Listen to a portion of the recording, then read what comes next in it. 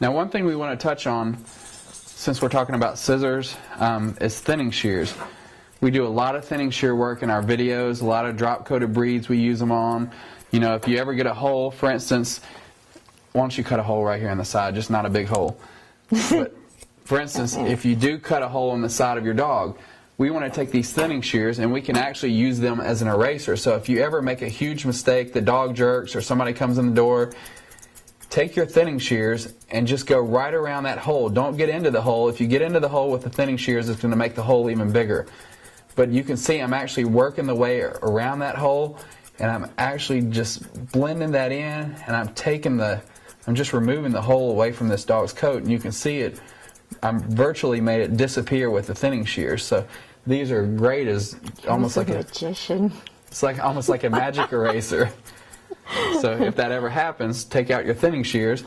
These are a 44 tooth thinning shear that we're using. And one thing I want to show you with the thinning shears, this is a 44 tooth. This is actually one I designed, and it's got the curves in the shear. So instead of having the straight teeth, it's actually got the curves in it. It allows the coat to go through the teeth a little bit easier. It's also got a serration on the end.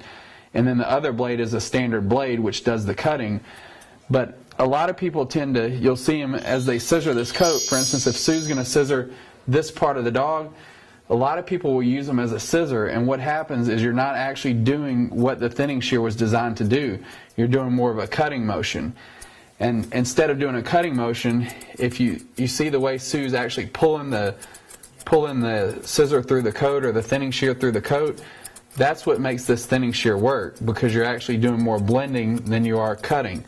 So whenever you have drop coat, you know, a coat like this, always make sure you're moving that in a sweeping motion rather than scissoring it like we do with just a regular scissor. If you do this, you're really not doing what the thinning shear was designed to do, and you're going to get a lot of hair built up, whereas as opposed to you're doing this and you're actually pulling that thinning shear through the coat. You're going to make it blend a lot easier. I find with doing a coat like this isn't really a coat you would use thinning shears on.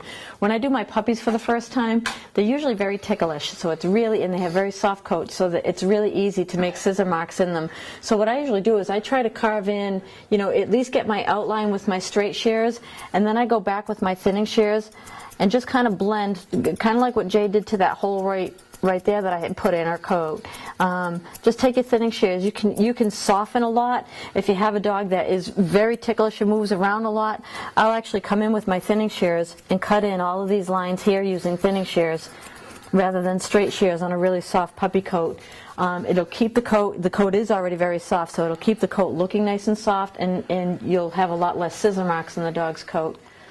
Another thing, if you have a dog with a real wispy top knot, or it's real thin, or it tends to part down the middle, if you take your thinning shears and just take the tips off this top knot, it'll actually build some volume to the top knot and give it a little bit more texture. And it won't be as if you were to take a scissor and cut this. A lot of times it makes it just lay right down because you've taken a lot of weight off of it. This way you're not taking much weight, but you're actually just taking the tips off, and it's going to bring more texture into the coat.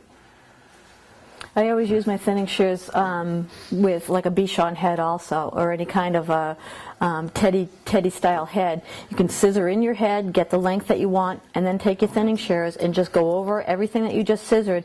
You can round off your Bichon and you get a very soft powder puff look instead of a very sharp scissored finish. Now I have his lines pretty much set in using my straight shears, and then I just kind of go back and blend out a little bit with my thinning shears, and it just kind of softens that whole look a little bit.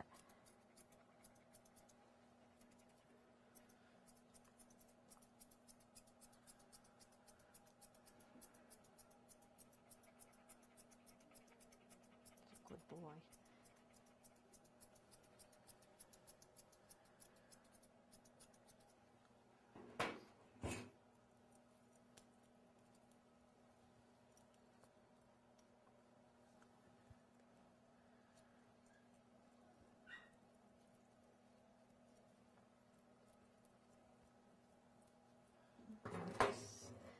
Just scissor this